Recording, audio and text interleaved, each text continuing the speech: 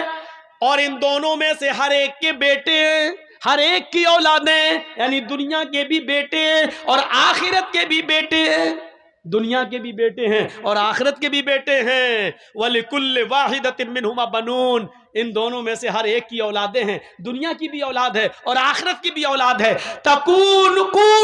کونوا من ابناء الاخرہ، آخرت کی اولاد بنو، ولا تکونوا من ابناء الدنیا، دنیا کے بیٹے مت بنو، دنیا کی اولاد مت بنو، دنیا کی اولاد مت بنو، یعنی دنیا کی دولت میں مت پھنسو، سونے اور چاندی کے پیچھے مت پڑو، بلکہ آخرت کی اولاد بنو، یعنی آخرت کماؤ، ایک ایک نیکی کو غنیمت جانو، ایک ایک ثواب کے کام کو کرو، ایک ایک اچھا کام کرو، آخرت کی اولاد بنو۔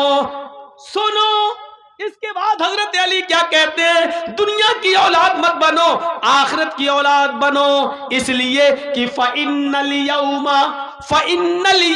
عَمَلٌ وَلَا حِسَابَ وَغَدًا حِسَابٌ وَلَا عَمَلَ، اس لیے کہ آج اس دنیا میں عمل ہے، حساب نہیں ہے، اس دنیا میں عمل ہے، حساب نہیں ہے، یعنی تم جو بھی کرو گے تم سے کوئی حساب کتاب نہیں لیا جائے گا۔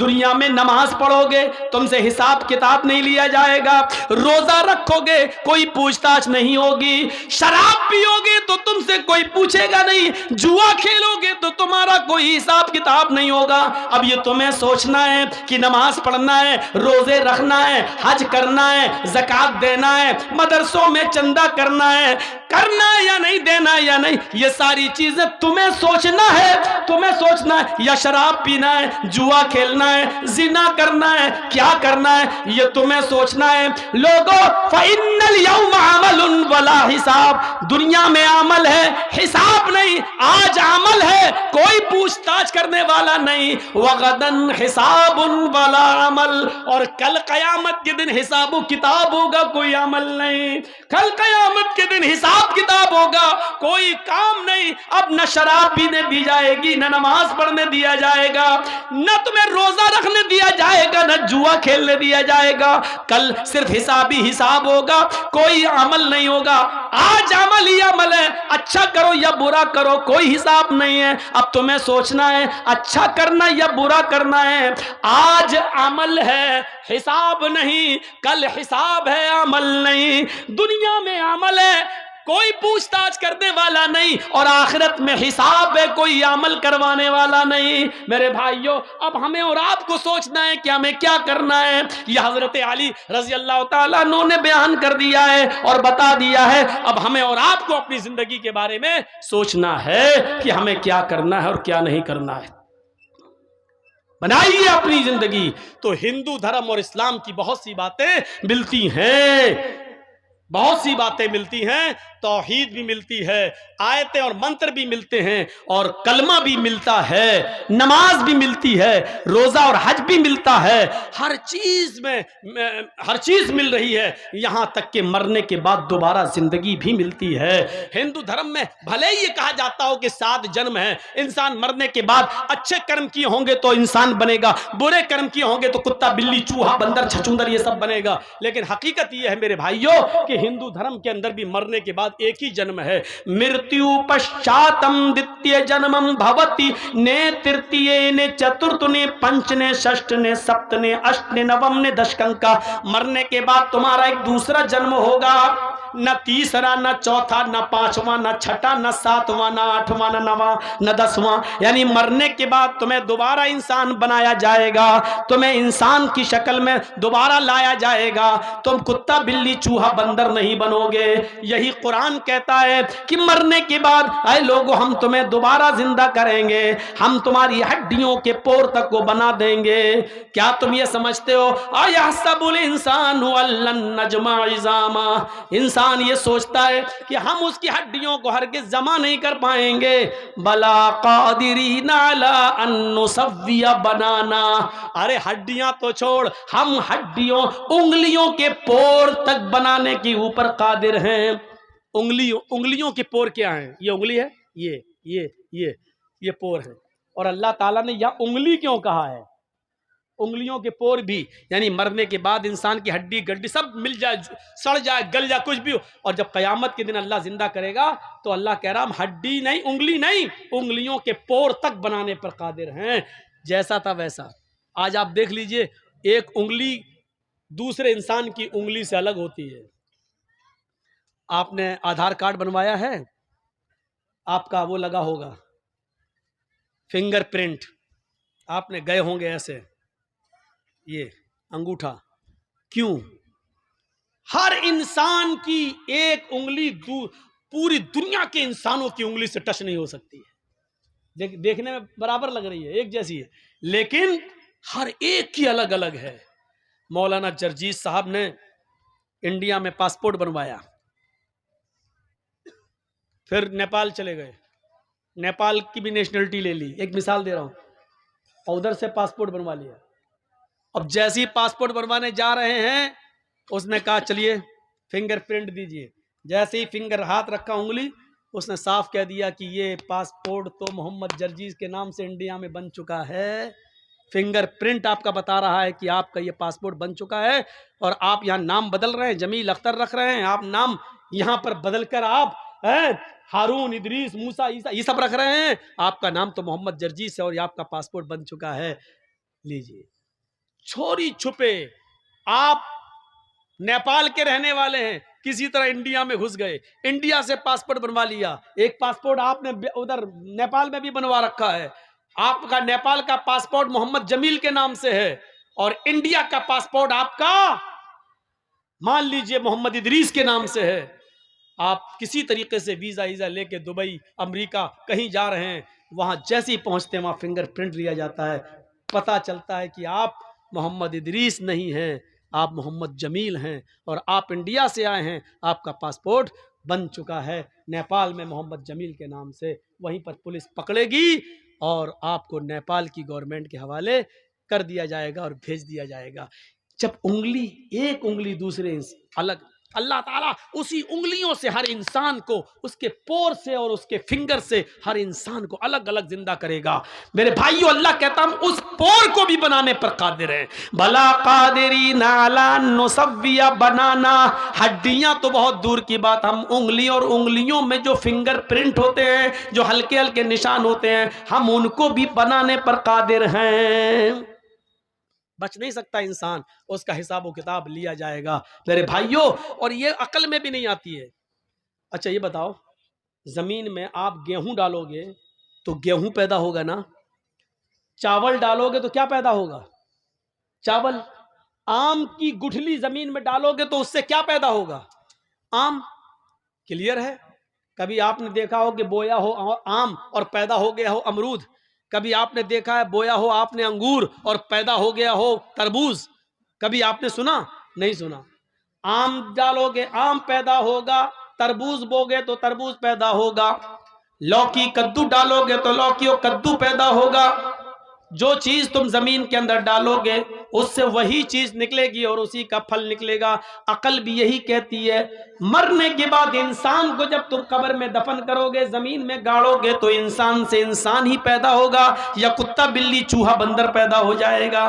جب آم سے امرود پیدا نہیں ہو سکتا تو انسان سے کتا بلی چوہا بندر کیسے ہو جائے گا؟ وہ ڈارون کی تھیوری غلط ہے۔ ہم ابھی اس طرف نہیں جانا چاہتے کہ پہلے انسان بندر تھا اور دھیرے دھیرے ترقی کرتے کرتے کیا بن گیا ہے، ہم ابھی اس طرف نہیں جانا چاہتے ہیں، اور نہ ہم اس سائنس کو اور اس کے پنوں کو ہم یہاں چھیڑنا چاہتے ہیں۔ ہمارے سامنے نسل اور قوم بھی ویسی ہونی چاہیے جو اس طریقے کی تقریروں کو سمجھ سکے۔ یہاں تو یہ حال ہے کہ آدھا گھنٹہ مولانا جرجیس کو دیکھا اور اس کے بعد فیلڈ سے لوگ اٹھ جاتے ہیں، اس لیے کہ ہندی ان کی سمجھ میں نہیں آتی ہے۔ میری تقریر صرف عورتوں کے سمجھ میں آتی ہے، بنگال کی، اس لیے کہ مردوں سے زیادہ عورتیں سیریل دیکھ رہی ہیں۔ ساس بھی کبھی بہو تھی، الف بابا، علی کا 40 چور، یہ سب سیریل ہماری ماں بہنیں دیکھ رہی ہیں، اور وہی دیکھ دیکھ کے اپنے شوہروں پہ حکومت کر رہی ہیں۔ آپ کو معلوم ہے نا، ایک بار ہمارے پاس بھی ایک عورت آئی تھی، بہت پہلے سنایا تھا میں نے، وہ عورت آئی کہتی مولانا صاحب تعویذ دے دو۔ کیوں؟ کہ میرا پتی میرا کہنا نہیں مانتا۔ ہم نے کہا کیا چاہتی ہو، کہ تمہارا شوہر تمہارے کہنے پہ چلے، تم جہاں کہو اٹھے وہ اٹھے، تم کہو بیٹھے تو بیٹھ جائے, کیا چاہتی ہو تمہارا غلام بن جائے؟ تو کہا مولانا صاحب آپ نے تو میرے دل کی بات ہی چھین لی. دیکھیے عورتوں کی پلاننگ. ہم نے کہا اچھا ٹھیک ہے چلو تمہارا شوہر ایسا ہو جائے گا, تم کیا چاہتی ہو؟ کہ یہی چاہتی ہوں. ہم نے کہا نام بتاؤ تمہارا. کیسا مولوی ہے؟ ہم نے کیوں کیا ہوا؟ نام لوں گی اپنے شوہر کا. کیوں؟ ارے نام لینے سے تو طلاق ہو جائے گی. ہمارے بڑے بڑے مولانا کہتے ہیں کہ پتنی کو پتی کا نام نہیں لینا چاہیے. ہم نے کہا اچھا, اور ہمیں اس کے منہ سے نام نکلوانا تھا. تو میں نے کہا کہ اچھا ایسی بات ہے. ہم نے کہا جب تک تم نام نہیں بتاؤ گی تو تمہارا پتی تمہارا غلام کیسے بنے گا؟ تعویذ میں نام لکھا جائے گا تبھی تو تمہارا پتی تمہارا غلام بنے گا. کہتے اچھا یہ بات ہے کہ ہاں. بلاتی ہے اپنی چھوٹی سی بچی کو, وہاں للا للو بولتے ہیں بریلی میں, لڑکے کو للا لڑکی کو للو. للو ادھر آ. ہاں کیا تیرے پاپا کا کیا نام ہے؟ بچی کہتی ہے رحمت اللہ. میرے پاپا کا نام رحمت اللہ. ہم نے کہا رحمت اللہ؟ ہاں ہاں ہاں ہاں. ہم نے کہا یہ تو رحمت اللہ بتا رہی ہے کہ ہاں یہی نام ہے. ہم نے کہا کیا نام ہے؟ کہ یہی جو بتایا بچی نے. پھر بھی نہیں بول رہی, وہ بھی بڑی ڈھیٹ ہے. تو ہم نے کہا کیا نام ہے؟ یہ بچی صحیح سے نہیں بول رہی کہ وہی بول رہی ہے. صحیح ہے کیا کیا بچی؟ رحمت اللہ. ہم نے کہا رحمت اللہ کہ ہاں ہاں جو آپ بول رہے ہیں وہی ہے. تو ہم نے کہا یہ نام تو تمہیں لینا پڑتا ہے. کہ کبھی نہیں لیتی ہوں. ہم نے کہا تو اس کا مطلب تم نماز نہیں پڑھتی ہو؟ کہ نہیں نماز پانچوں ٹائم کی پڑھتی ہوں. ہم نے کہا نماز پڑھتی ہوں اس میں تو نام آتا ہے؟ کہ نہیں آتا ہے. ہم نے کہا نماز پڑھتی ہوں تو سلام نہیں پھیرتی ہو؟ کیا پھیرتی ہوں. ہم نے کہا اس میں تو آتا ہے السلام علیکم برحمت اللہ. رحمت اللہ آتا ہے کہ نہیں آتا ہے؟ تو کہتی ہے جب وہ نام آتا تو نہیں لیتی ہوں. تو ہم نے کہا پھر کیا کہتی ہو؟ تو کہتی جب وہ نام آتا تو میں کہہ دیتی ہوں السلام علیکم للو کے ابا. میں نام نہیں لیتی ہوں. السلام علیکم للو کے ابا, السلام علیکم للو کے ابا. بتائیے یہ حال ہے. اللہ کی قسم اس عورت نے یہ جملے کہے ہیں, مجھ سے کہے کہ میں نام نہیں لیتی ہوں. ہمارے مولویوں نے کہا کہ نام لیں گے تو طلاق ہو جائے گی. بتائیے لوگوں نے یہ بتا رکھا ہے, جبکہ بیوی اپنے پتی کا, بیوی اپنے شوہر کا نام لے تو یہ سنت ہے, یہ سنت ہے. دیکھیے اللہ کے نبی اپنی بیوی عائشہ سے کہتے ہیں عائشہ جب تم ناراض ہوتی ہو تو میں سمجھ جاتا ہوں کہ تم مجھ سے ناراض ہو, اور جب تم مجھ سے خوش ہوتی ہو تو میں سمجھ جاتا ہوں کہ تم مجھ سے خوش ہو. حضرت عائشہ نے کہا اللہ کے نبی کیسے؟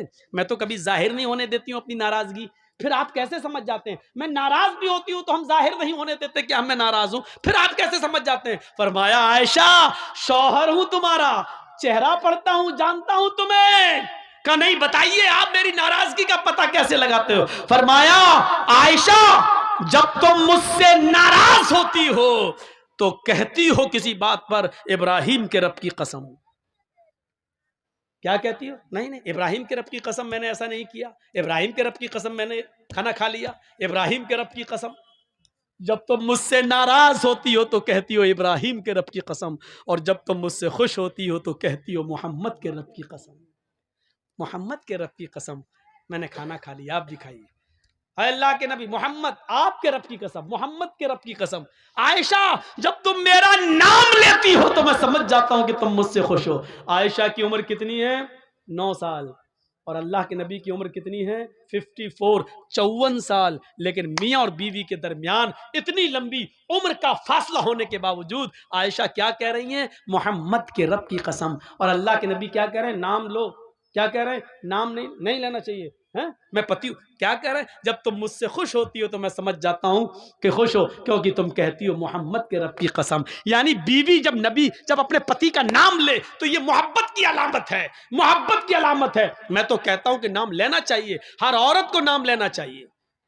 کچھ جاہل عورتیں کیا کہتی ہیں؟ بچے کا نام ہے فرید تو اپنے پتی کو بلائیں گی. آدمی کا نام ہے سلیم تو یہ سلیم نہیں, اے فرید کے پاپا سنو. اور جب تک فرید نہیں تھا تب تک کیا کہتی تھی؟ شادی تو تیری سلیم سے ہوئی ہے نا, فرید تو 1 سال کے بعد آیا ہے نا.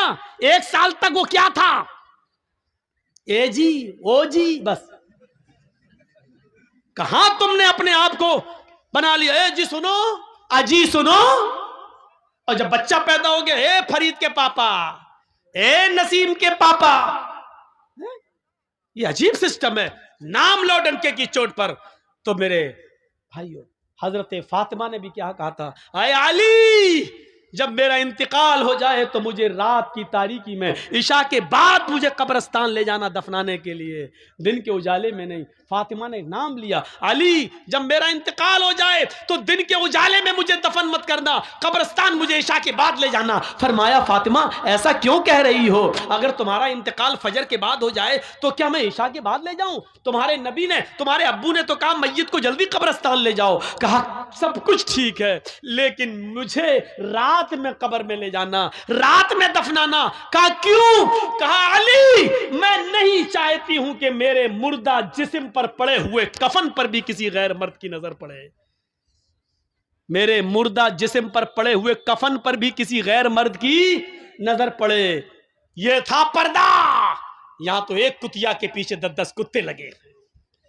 سیکھو پردہ، یہ پردہ تھا، میرے مردہ جسم پر پڑے ہوئے کفن پر بھی کسی غیر مرد کی نظر نہ پڑے۔ یہ دیا ہے محمد کی بیٹی فاطمہ نے اسلام کا پردہ، یہ بتایا ہے محمد کی بیٹی فاطمہ نے کہ پردہ یہ ہوتا ہے، اور اسی کی دعوت دی اور اسی کی تبلیغ کی ہے۔ میرے پیارے ساتھیوں، میں نے 2 بج گیا ہے اور مجھے 11:15 بجے 11:30 بجے اسٹیج پہ لایا گیا تھا۔ میں نے کچھ نہیں بولا کہ